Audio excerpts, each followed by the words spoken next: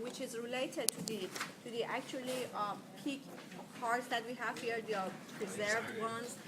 Guys, before I forget, they are very expensive, and please be extra careful with them. And when you work with them, we are done, make sure that you bring them back here on this table, because I'm responsible for them. If something happens to them, I will be in trouble, okay? So make sure that you're extra careful with them. These are the peak heart, guys. So in some parts you may see that some of the branches of the blood vessels are a little bit different, but the actual anatomy is the same. So for today, you have to know the different parts that you have to know about them on page 51 and 52. And then look at the part, that's the human part, the other one over there. In the plastic. Sometimes, usually, they don't ask you in the test about that part, but go over them just in case. Make sure that you can, and that's easy. These are the major parts of it. Make sure that you know the different parts of it for your test, okay? So, let's see what are the parts that we are responsible for on these preserved parts. The first one is precardium. Of course, you cannot see the actual precardium here, but you can say that that's the yellowish part which covers, maybe on the other one. Sergio.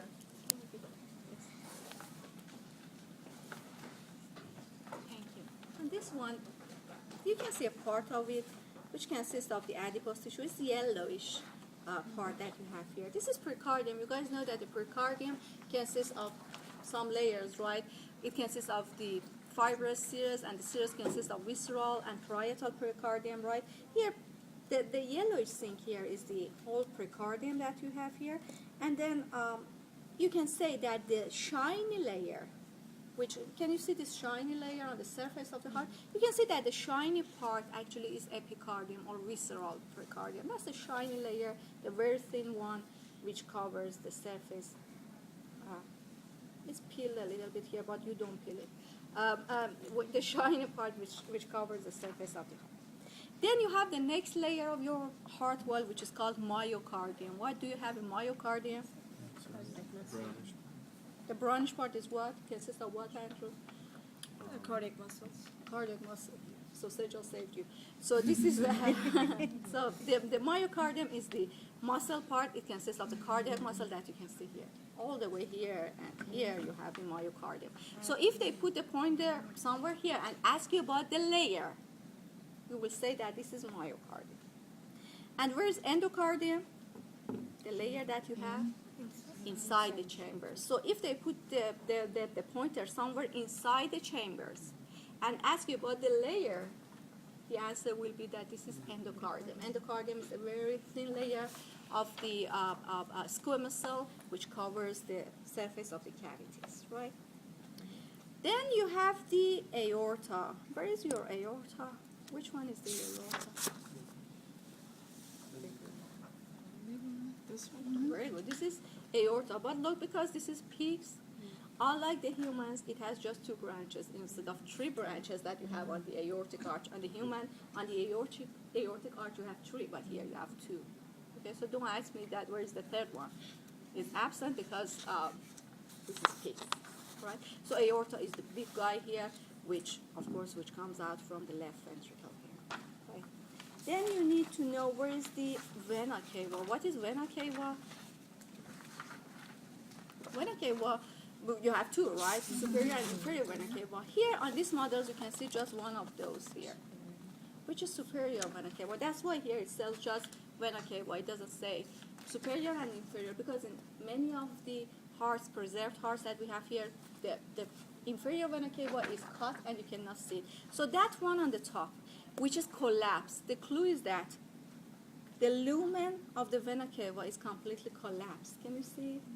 That's the clue, which helps you to find out that this is vena cava, not the arteries, because it's completely collapsed.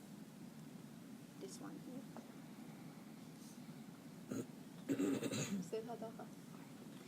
Then you have to know where is the pulmonary trunk. Where is the pulmonary trunk? Yeah, this one. The other big one here. So here you have 2 big ones, right?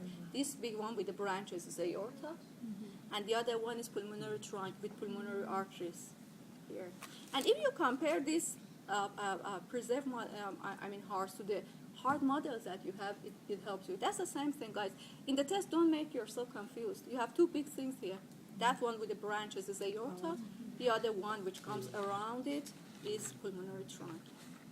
The pulmonary arteries are not between the list that you have here, but for your information, these two are pulmonary branches. Are pulmonary arteries, branches of the pulmonary trunk. Then you have the pulmonary veins. The pulmonary veins are here, these two, just next to the superior vena cava. These two here, again, you can see that the lumens are collapsed. That's the clue that these are veins, pulmonary veins.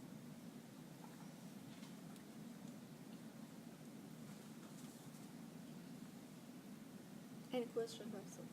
So, then you have to know the chambers. You have 4 chambers that you need to know here. And also you have to know where are the auricles. What are the auricles? The top part. The ear-like structure which cover the atria are called auricles. So again, you have the same story, guys. Even if you look at it, you can see that this is the base of your heart. This is the apex. So this is the, which chamber is here? Left ventricle. It makes the apex, right? This is the right ventricle. So when this is the left ventricle, this guy here is the left auricle. This is the right auricle. Under them, you are right. Under the left auricle, you have the left atrium. Under it, you have the right atrium. So from outside, even you can see the interventricular sulcus here. With the blood vessels inside it. Here you can see the coronary. You are not responsible for them, just for your knowledge. This is the coronary sulcus all the way. Look. It's a border between the atria and ventricle. So when you look inside it, guys, again, don't get confused. What helps you, which one is the right ventricle and which one is the left ventricle, is the thickness of the wall. You guys know that the wall of the left ventricle is much thicker than the right. So very easily you can say that this is left ventricle because the wall of it is much thicker than right. The same here. Which one is left? This is left ventricle. This is right ventricle. How do you know that? Because it helps you to distinguish. So where you have the left ventricle here, just on the top of it, this space here would be the left atrium. This is the left atrium.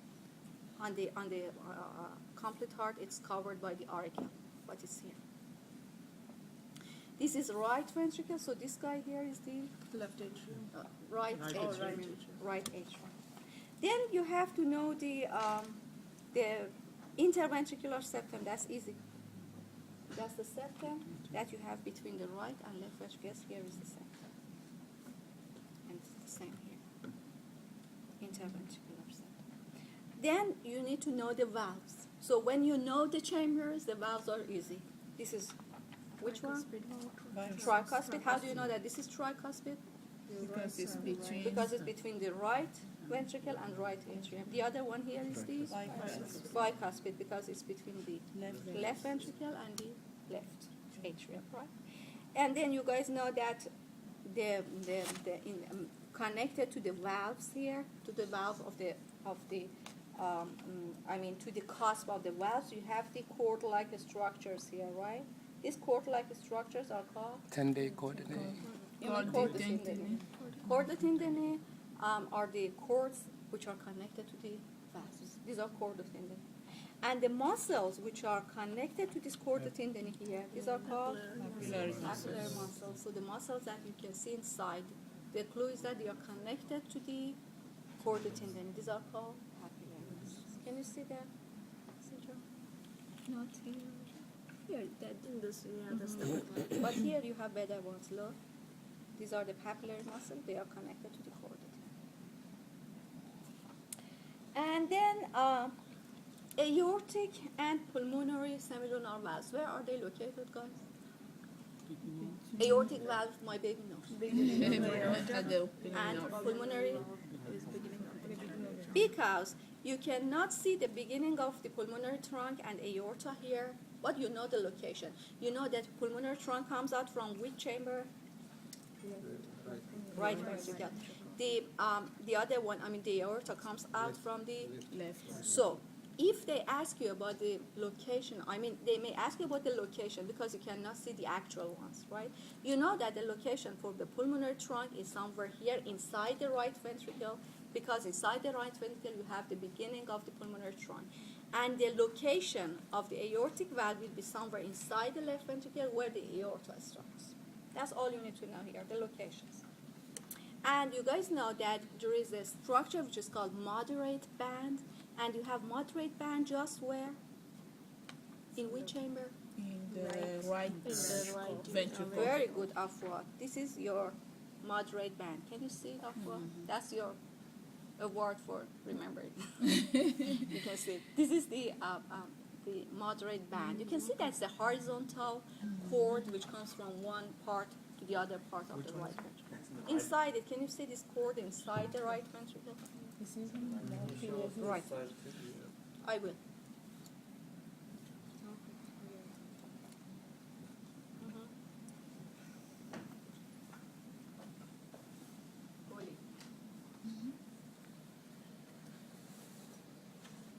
Which one is that?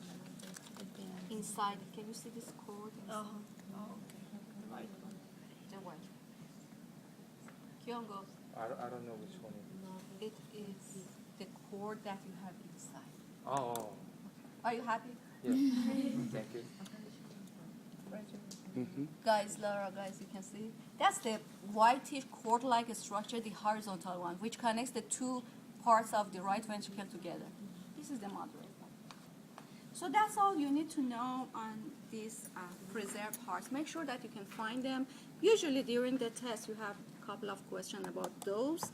And also make sure that you go over. There's a key under it. I put the key for it under it, so that's very easy. At first, try to examine yourself by trying to find the structures. Then look at the key to make sure that you can distinguish those structures here. And also review the heart models, guys, for today. Make sure that today you are completely fine with the heart anatomy, because you won't have any review until the session before the test. On the next lab, we'll talk about the EKG, and we will take the EKG. So we won't go back to the anatomy.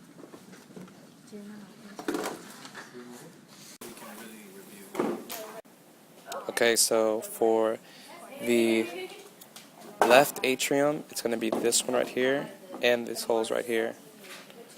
As you can see, the auricle is right here for the atrium, the left atrium. So this hole right here is left atrium, and so is this one right here. This is the left ventricle, thicker myocardium, interventricular septum. This is the right ventricle, and this auricle is right here, so this makes the right atrium. When looking at the aorta, you find the aorta. In the opening here, this would be the aortic semilunar valve, right around here. Find the pulmonary. Pulmonary is out here. And you know that the pulmonary leads around here. So you know that this is the pulmonary semilunar valve right there. This right here is the tricuspid inside. See the cords? And this right here is the bicuspid for the left side. When looking at the aorta, you find the aorta. In the opening here, this would be the aortic semilunar valve, right around here. Find the pulmonary. Pulmonary is out here. And you know that the pulmonary leads around here. So you know that this is the pulmonary semilunar valve right there.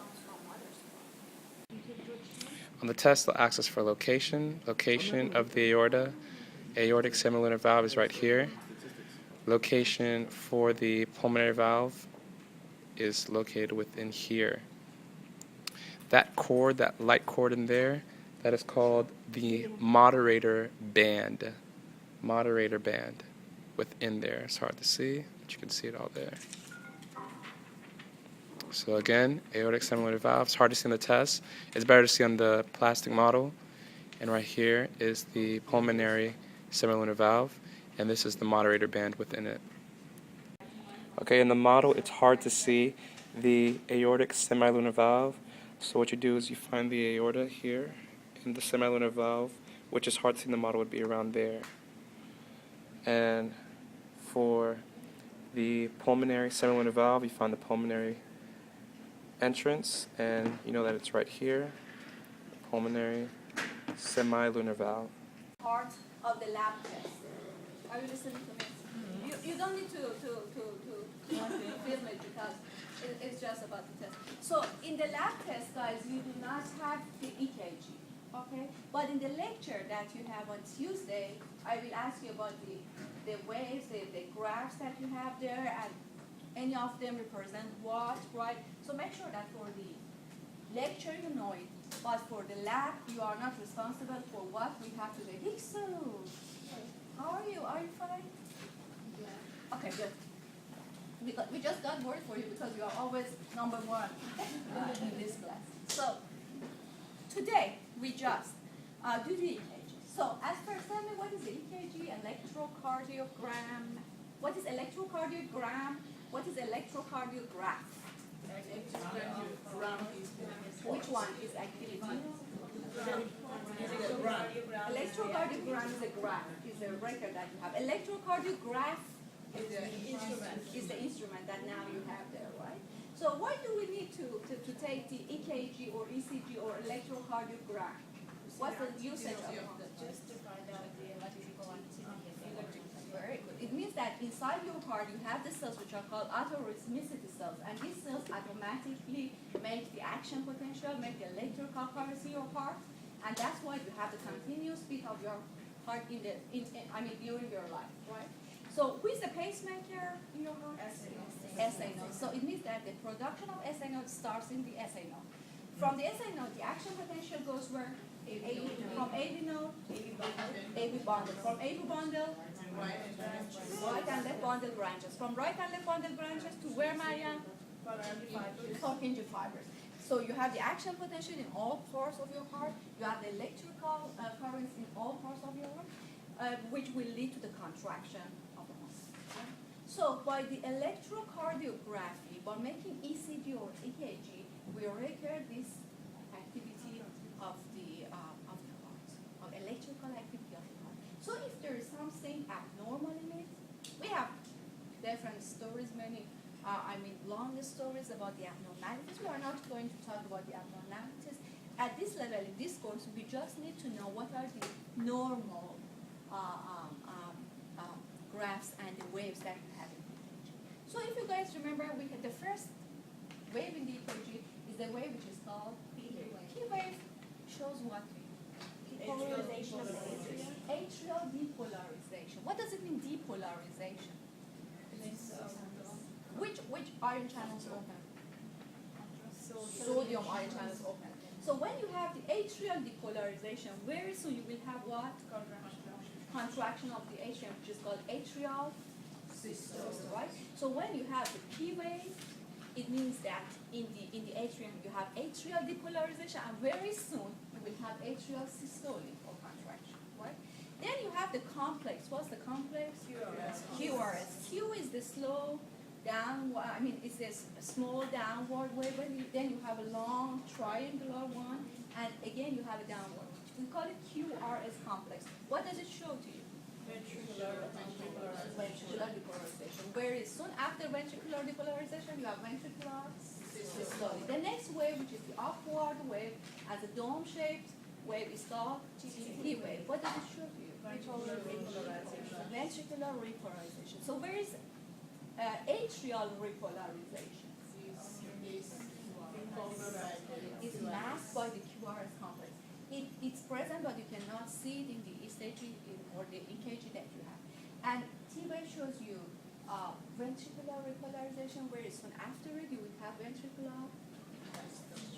So for recording this electrical activity, what we do is that we put the electrodes in the different parts of the body, including upper limbs, the wrist, and the lower limbs on your leg, and on 6 positions on the chest, to take the different pictures from the different parts of your heart. If you remember, I told you that if I want to take a picture of Leah's head, I will take a picture from this view, that view, here, to have a picture from all parts of the head, right? That's what you do in the ECG or EKG. With the different combination of the electrodes, you have different views from the heart. So you will record the electrical activity from the different views of the heart, right? In the EKG, in the electrocardiographs that we have here, we do not have the chest leads. We don't use the chest lead. We have just the leads for the right and left wrist and right and left ankles. So what we are going to do is taking the EKGs by yourself to learn it. And it is not exactly the thing that we do in the clinic, in the hospitals. In the hospitals, you put all the electrodes and take all the leads. The leads are combinations of the electrodes. So in the clinic, you will see that you are responsible for it to put the leads on the chest and also on the limbs and take the different leads of the EKG. But here, as a basic part of it, you just take some of the leads, including lead 2. Lead number 2 is related to the electrodes that we have on the limbs, right? So you just use the limbs electrode, not the chest.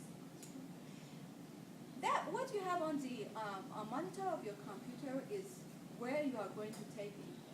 Then what you are going to do is that you have a subject and somebody takes the EKG, right? So imagine that Leah is subject. She sits on the chair. When you are taking the EKG, you should be completely calm, not laughing, not moving, because when you are laughing or moving, you will have the waves like this. And then you come to, is there something wrong with my heart? No, you are just moving. So you should be completely silent and you shouldn't move. You should take off any watches or jewelry, anything that you have on the body. And then you very calmly you sit on the chair. And your friend put the electrodes on the different parts of the body. You have the electrodes with different colors. And just beside the instrument, you have the complete instruction what you should do. So for example, it says that the electrodes red and white electrodes are for the right wrist and the other one is for the left wrist. So at first, the area that you want to put the electrodes, which are here in the wrist, at internal and the medial part of your ankle is here. At first, you should clean it with the alcohol swab that you have there. Then put the electrodes on the parts where the instructions is, right? When everything is ready and the subject, the patient, is completely calm and immovable, you will push the button on the monitor which says start. So it will start taking the EKG, right? After 10 seconds, it's done, and you can stop it. When you want to print it at first, you enter the name of the patient, your friend, and then you print it. For printing, just go to the file tab and find the print part and print it. That's it. When it's done and you want to do it for the new person, you have to in the instructions say that you have to select the part which says the new person, and then it asks you that you want to save the previous instructions. No. Right? Previous information. No. That's all. That's very easy. So we have 1, 2, 3, 4. I think one. We have one there. We have 3. I think yes. So you have to take turn to do it. You should have the groups of 2 people to do it. Meanwhile, to use your time, you can review the models, the heart models, everything that you have for the heart. The big heart. Yeah, I need one. What? Let me know if you have any problem to use the instrument then.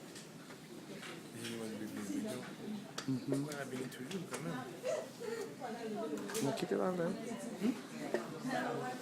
So we're done? You're done explaining? Huh? Are you done explaining? Yes, I. The first one we have is the coronary artery. So the right coronary artery is number 45, right here on the heart, right coronary artery. Yeah, right coronary artery. Yep, so on the right side. Okay. The posterior descending is 46, so you go to the back of the heart, right here in the back, descending, which is the posterior descending artery. What number is that? Number 46. 47 is the marginal coronary artery. So you go to 47, it's right there on the right side. Marginal. 47. 48 is the left branch. So you go to 48, it's right under the left atrium. You see it there, right? Right before it branches, right there. Left what? It's just the left coronary artery. 49 is the anterior descending artery. So one of the branches coming from 48 is the descending artery. Coronary That's artery. 49. Mm-hmm. Number 50 is what we call the circumflex, which goes right under the left auricle, right here, right under. You know, remember that the one? auricle. Circle means around. Around, Like yeah. circles. Yeah, Circle, like a circumference. Okay. And so number 50. Now we go to coronary sinus. Coronary sinus is the big vein back, right here, the thick one. Okay. The great cardiac vein is number 37, and that one is right below the circumflex. That's 37, great cardiac vein.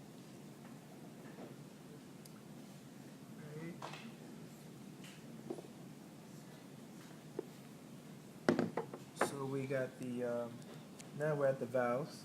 Tricuspid on the right side. It's going to be, tricuspid is going to be right here.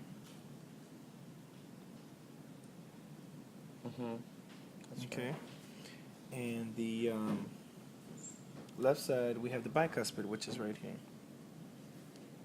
It's number 67. And we're moving on to the chordae tendineae. Chordae tendineae are these cords here that are connected directly to the valves. The papillary muscles are the muscles that are holding the cords, which pull and cause tension to the cords here. These hill-like structures. All right. The aortic semilunar valves is right here. This is the semilunar valves, aortic, number 70. Number 63 is the pulmonary. See it here. It's the pulmonary version of the semilunar valve, which is right here. Which one? Pulmonary semilunar valve, which is 63. Okay. Trabecular carnea, the honeycomb-looking shape things right here at the bottom of the papillary muscles. This is structures right there. Okay. Moderator band could be seen only on this side. Number 61 right here on the right side. The right atrium.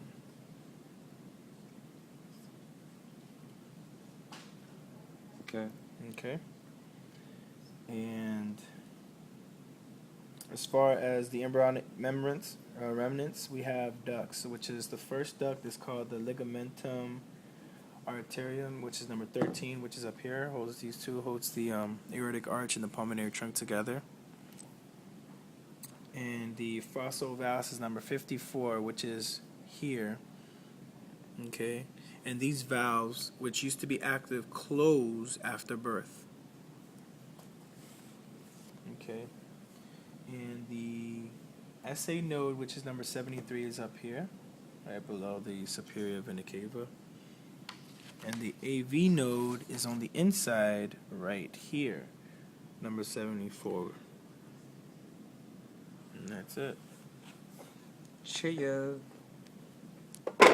That's means for. Okay. Superior vena cava. Superior vena cava numbers is there? 51 and 2. This one doesn't have. I think it's probably the smaller model. Oh, 51. Okay, the opening for the superior vena cava is over here on the right atrium. And so 52. That might be the brachiocephaly, the opening for that.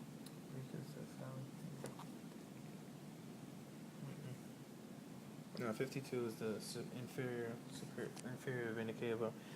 That's the opening for that. Okay. That's 52. Yeah.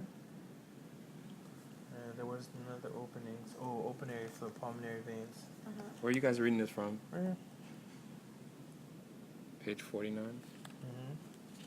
So the opening for the right pulmonary vein is 64. There's two of them. Right pulmonary vein. And then the opening for the left pulmonary vein is 65. So right here.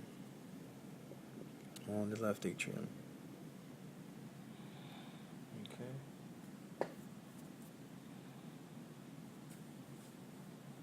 Alright. That's it. That's all the openings are done. Alright. Also, So today we are going to start chapter 12, guys, the digestive gross anatomy. But remember that this part is not this chapter is not a part of the second lab test. It's not in the second lab test. It will be on the third one, right? But we started because based on the schedule we should start. So this is the model that we have for the digestive system. So look at the lab manual, page 97. It starts with lips. I'm sure that even my baby can say that the lips, where is it, this part of the digestive system starts here with lips. Then you have the space here, guys, which is called vestibule. Vestibule is the space that you have between the lips and teeth. So the white one here is, our teeth, and between the lips and teeth, this space here is called vestibule. If you guys remember from the respiratory system when we were talking about the nasal cavity, we said that the floor of the nasal cavity, which is the roof of the mouth cavity, consists of this structure which is called palate. Palate, again, if you remember from the 204, consists of the bony part, which is called hard palate. And then posterior to the hard palate, you have the part which consists of the soft tissue. We call it soft palate, right?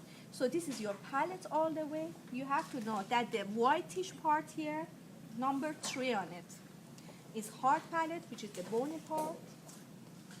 And then number 4 here is called soft palate. At the end of the soft palate, the end part of the soft palate here is called uvula. It says letter A on it. Uvula. Uvula is the terminal part, is the last part of the soft palate. Then you have the tongue here. My baby knows that this is your tongue, number 2. And the fauces, guys. Fauces is the opening of the mouth cavity into the pharynx. The opening of the oral cavity into the pharynx here is called fauces. It says number 5. I cannot see any number 5 here, but the location is here. Fauces is the opening that you have between the oral cavity and pharynx here. Which part of the pharynx is located here? Oral pharynx. So again, the part that you have to know here are lips. Then you have the vestibule. Vestibule is the space between the lips and teeth. Then you have the hard palate, the whitish part, number 3. Then you have the soft palate, this part, number 4. Uvula is letter A here at the end of the soft palate. The fauces is number 5 here, the opening of the oral cavity into the oral pharynx. Any problem? Then you have the salivary glands. You guys know that outside the oral cavity we have the glands that we call them salivary glands. Salivary glands, as you can guess from the name, is responsible for what? Production and secretion of saliva. What's the function of saliva? We'll talk about it in the digestive system, but for now, what does it do for you? Why do you need saliva? For moisturing of the oral cavity. What else? Huh? It also has lysozyme, the N enzyme. It has lysozyme, if you remember. Lysozyme is a kind of antimicrobial protein, so it kills the bacteria which may enter the digestive system. And also it moistures, it lubricates, and also the taste molecules will be dissolved inside the saliva, so your taste receptors can detect them, right? So these are the salivary glands which are responsible for the secretion of the saliva into the oral cavity. So as you can see here, all of them are located outside the oral cavity, but they release their secretion through the ducts into the oral cavity. The major one here, which is located just anterior to your ear, just anterior to your ear, the big one here is called parotid gland. Parotid gland is the name of this salivary gland, the big one here. As you can see here, it has a duct which opens into the oral cavity. This is the duct of the parotid gland, or parotid duct.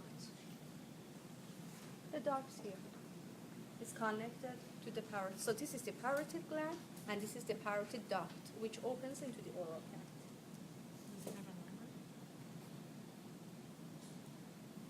No, they do not have numbers. But the big gland that you have here is parotid gland, and this is the parotid duct. Then you have two other groups of the salivary glands here, guys. This one here is called submandibular gland. We call it submandibular. What does it mean, submandibular? It's inferior to the mandible. Can you see this whitish part here? This is the cut of the mandible. So they have cut the mandible to show you this gland here. But actually, the mandible covers here, and this gland is located just beneath it, right? We call it submandibular gland. Submandibular gland is one of the salivary glands which secretes the saliva into the oral cavity. And finally, you have another gland here which is called sublingual. What does it mean, sublingual? It's below the tongue. So here you can see the tongue, huh? Don't you? So this is the tongue. And just below the tongue, this gland is called sublingual gland. So you have three groups of the salivary glands here. The big one here is called parotid gland with the parotid duct. This one is called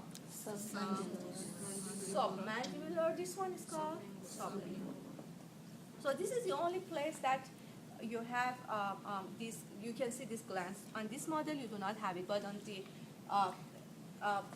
head of the torso, on all of them, you can see these glands.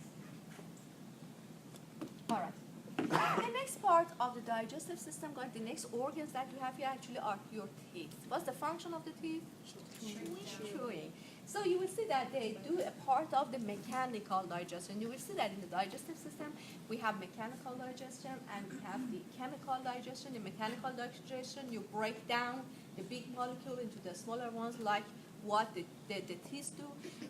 You have another kind of the digestion, we'll talk about it, that we call it chemical digestion. In chemical digestion, you have the enzymes, which break down again the large molecule into the smaller ones. So the teeth are responsible for mechanical digestion. So how many teeth do you have as an adult? 32. How many teeth do we have in the babies? You know that? No. More than 32. No? Not less than 30. But I mean when they are two, for example. Around 28. 20. They have 20. They will call them baby teeth or meat teeth or decidual teeth. These are the 20 teeth that they have at the babies. When they become 7 or more teeth, they fall out and you will have the adult teeth. You have 32 adult teeth, as you can see here. In each jaw, we are talking about each jaw. In each jaw, the 4 anterior ones here, 1, 2, 3, 4, are called incisors. Incisors are these 4, 1, 2, 3, 4. The first 4 ones here, the first anterior ones here are called incisors. Then you have 2 sharp ones here, which are very useful for the vampires. These are called canines or cuspids. Cuspids or canines are 2 in each jaw, 1 here and 1 here. They're the sharp ones that you use them for tearing the food, the meat. Cuspids or canines. Then you have 2 here, 2 on one side, 2 on the other side. That we call them premolars. And you have 2 or 3. It's different in different people that we call them molars, right? So in each jaw you have 4 incisors, 1, 2, 3, 4. You have 2 canines or cuspids, 1, 2. You have 4 premolars, 1, 2, 3, 4. And you have 6 molars, 1, 2, 3, 4, 5, 6. Make sure that you can identify them. In the test, they will put the tape on one of those and ask you about the name of the tooth. You have to say the name. Easy. If you look at the tooth, so this is one of the molars actually. I'm not a dentist, but I think Maybe written, molar it or looks premolar. like a molar. No, here's this one. This is molar, right? Yeah, it says on it. Because of the number of the roots, we can say. But I'm not the tooth person. Anyway, this is one of the molars that you have. If you look at the tooth, you can see that it consists of actually three major parts. The part of the tooth which is outside the gingiva, the outside of the gum, is called crown. So crown is the upper Crown. part of crown. The crown is the upper part of the tooth which is located outside the gum. Outside the gum. Then you have the part of the tooth which goes inside the gum. We call it root. Of course, between the crown and root, you have the part here which is called neck. So crown is number one here, the part of the tooth which is outside the gum. The root is number 4 here, the part which is inside it. And number 3 here is neck, which is between the crown and root. Any question? No. All right. The surface of the crown, guys, is completely covered by the hardest substance that you have in the body, and we call it enamel. Enamel, how to pronounce it? Enamel. Enamel completely covers the crown, right? So the crown is covered by the hardest substance that you have in the body. It's even harder than bones, right? That's the hardest substance that you have in the body. The enamel completely covers the crown. So the whitish thing that you can see here actually is the enamel. So I think that if they want to ask you about the crown, they should put a pointer somewhere outside here. If they want to ask you about the enamel, if they mean the enamel, they should put it on the whitish part inside, right where it says number 5. Number 5 here is enamel.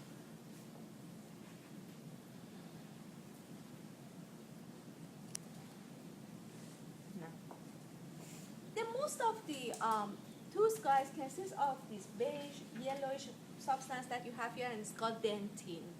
Dentin is the major part of the tooth. I think that's why the dentists are called dentists, because they work with dentin. Dentin is the major part of the tooth, the yellowish part here is dentin. It's number 6. Yes, number 6 here. Dentin. And the root of the tooth, where is the root? The part which is inside the gum. The root of the tooth is covered by a very thin layer here, which is again the protective layer. We call it cementum. Number 7. Number 7 is the thin layer here, which covers the root. Cementum. This is cementum, the layer which covers the root. And finally, inside the tooth, guys, you have the live tissue here, which consists a lot of blood vessels and nerves. That's why you have sometimes you have the toothache, because you can see that here inside the pinkish part that we call it pulp, you have a lot of blood vessels and you have the nerves. That's why when you take your tooth out, it's bleeding, because you have a lot of blood vessels here in the tooth pulp. So this is the pulp, the pinkish part all the way. Number 8 is pulp. The pulp, guys, is located inside the cavity in the tooth that we call it pulp cavity. Number 9. This cavity here is called pulp cavity. Is the cavity that you have for the pulp. The pulp goes into it, right? We call it pulp cavity. Number 9. And as you can see here, the pulp continues from the crown into the root, so it goes all the way here. The space that you have for the root part of the pulp here is called the root canal. Number 10 is root canal. I'm sure that you have heard or you have done the root canal. What do they do during the root canal process? They just take out all those. As I know, they take the nerve out from this canal, which is called root canal. That's why they call the procedure root canal, because they go inside this canal, which is called root canal. Number 10. So it doesn't hurt again. Number 2. So again, for the teeth, you have to know about the external anatomy. You have to know the 3 major parts. This part, which is outside the gum, is called. This part, which goes inside the gum, is called root. Between these two, you have the neck. Then we said that the crown is covered by the whitish substance here that we call it. Most of the tooth consists of this yellowish substance, which is called dentin. Then the pinkish tissue here is called pulp. Inside you have blood vessels, nerves, and it goes into the root. Then we said that the root is covered by a thin layer here, which is called cementum. The pulp is located inside the cavity, which is called pulp cavity. The continuation of the pulp cavity inside the root is called root canal. That's all for today. So easy, nice and quiet for today. So guys, make sure that you. One. All right, everybody, this is the head and neck structures of the gross anatomy of the head section, going from the nose to the trachea. First, we have to locate the nose here, the nostrils, which are the openings to the nose, right here. The cornea is this region right here. That's right at the end of the openings, right before the auditory tube here. The pharynx consists of 3 regions you can see marked by red, the green sections, and the black sections. So we're going to start off from the top. The nasal pharynx includes the pharyngeal tonsil, which is here, and also includes the auditory tube, which is here. So even though the red mark stops here, it also includes the auditory tube. So from here to here is the nasal pharynx. And from here, the green line, and from here to here is the oropharynx. And from the black line here to here is the laryngopharynx. The hyoid bone is located right here, the small bone. The larynx is the voice box, which is right here, which allows us to create a sound when we speak, right there. And the trachea is the windpipe from which we breathe, which is here. And the cartilages of the trachea are here and here. They create that ring-like structure in our throat when we feel it. Okay, this is the larynx, a small model. The first thing we're going to look at is the hyoid bone. The hyoid bone is this bone right here. The thyroid gland is What number this is it? gland. Just like a Number 1. Thyroid gland is this gland right here. The tracheal cartilages are the cartilages that are shown, which is right here. And the posterior cartilage membrane is number 14 in the back here. Now we're going to go into cartilages. Thyroid cartilage is this big one right here. Number 2. The cricoid cartilage is the one right below it, which is number 3.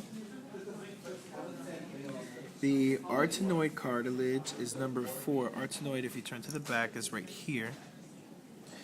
And the cricoid cartilage is the small one right there. Arytenoid. Arytenoid is number 4. Number 5 is the cricoid cartilage, which is a small one on top. Okay. So number 4 is. Number 4 is arytenoid. Number 5 is corniculate. The cuneiform is on this model right here. I believe it's number 6. It's a small jelly bean look like. Appearance. Okay.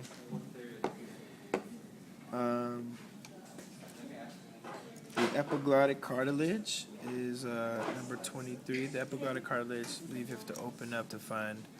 It's this cartilage. Once you open up, it's going to be this long cartilage right here. It's number 23, the white. Now we're going to move on to ligaments.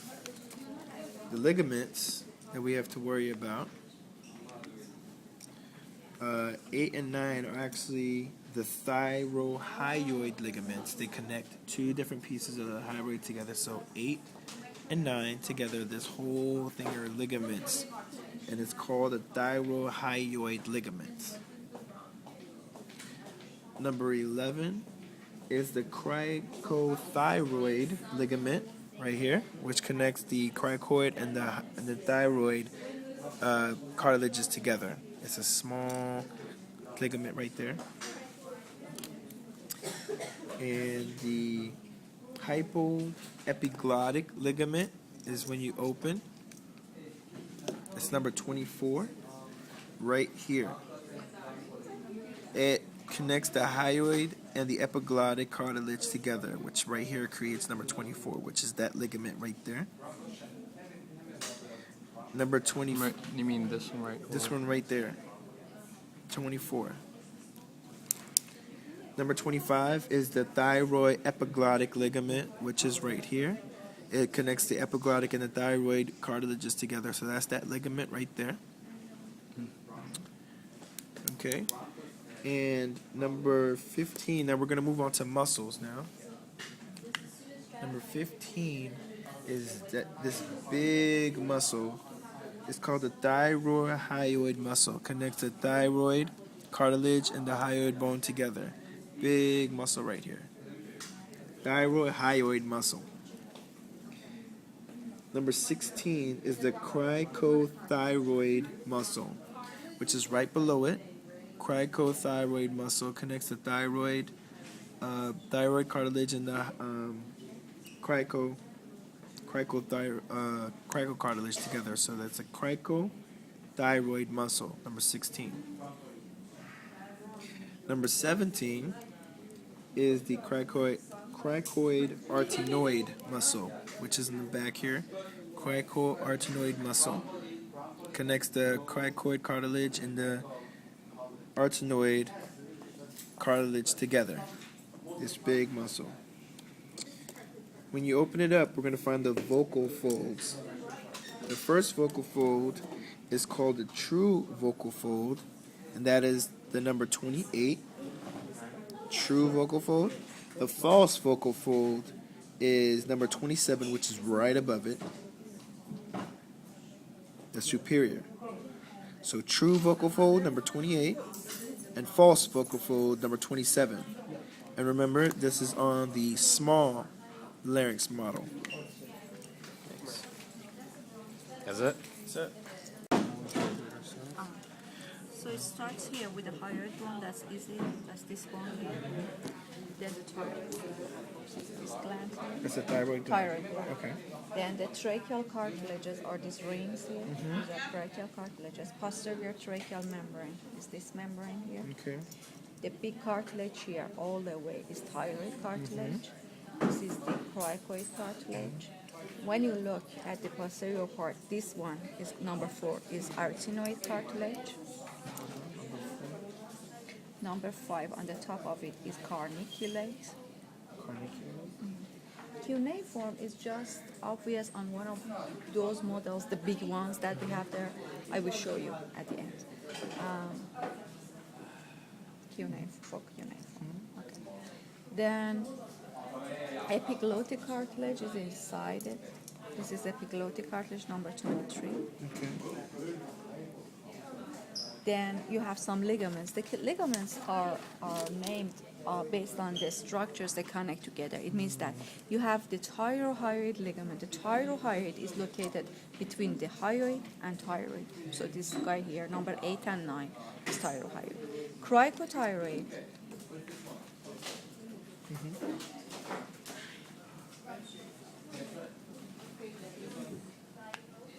Is this one here, number 11, between the cricoid and thyroid. That's why we call it cricothyroid ligament.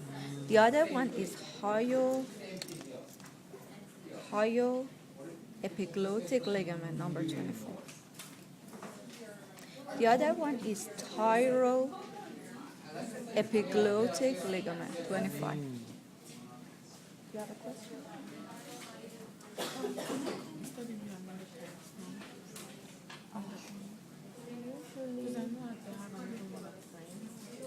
Who is the extra?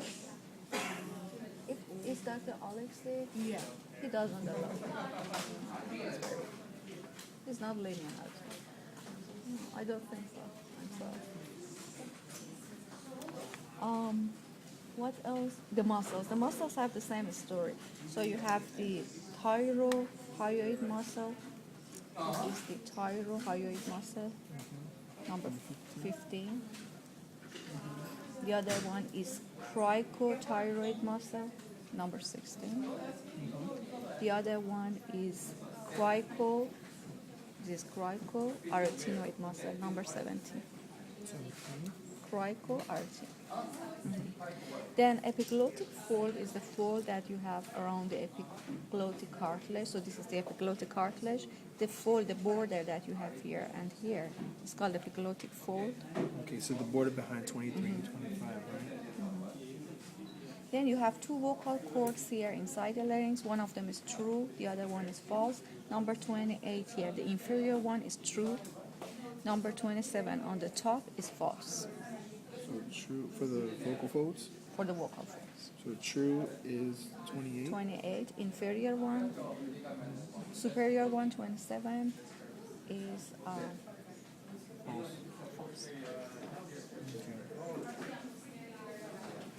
I think that's all, right? Vestibular rhythm. That's the false vocal. Oh, that's the That's the false same. one. You can call it false if it's. Okay. And that's it? The Then you have on the torso model, this is the thoracic model. That's the same story. same story for If you you. have a problem with it, you can find not everything, but many of those there. Okay, let's go to my things. Can you show us where they are located, most of them? So let's see. So, Right.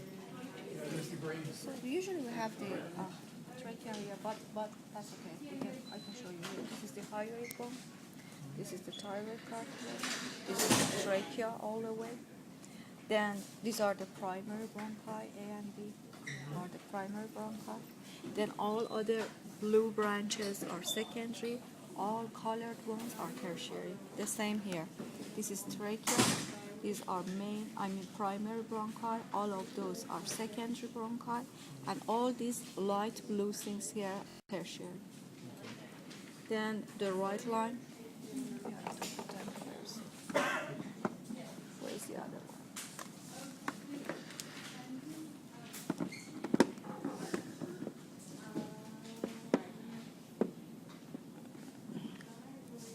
One.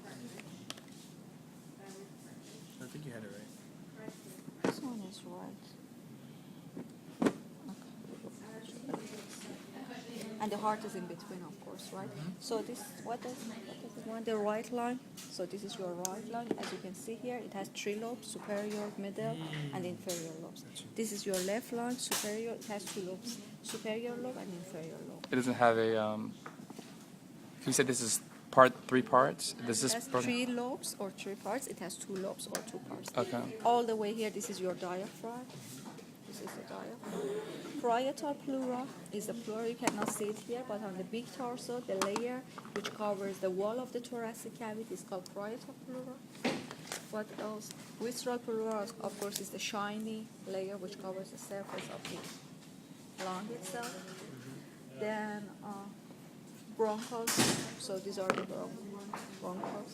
Everything is here. Then Just that these area? are this is the bronchos is the singular form of the bronchi. So all of those are bronchi. But here all the things that you have to look at them in the slide of the lung. This is lung these are histology. signs So that's all you need to know here. for the signs. Okay, thank you. All right. Thank you.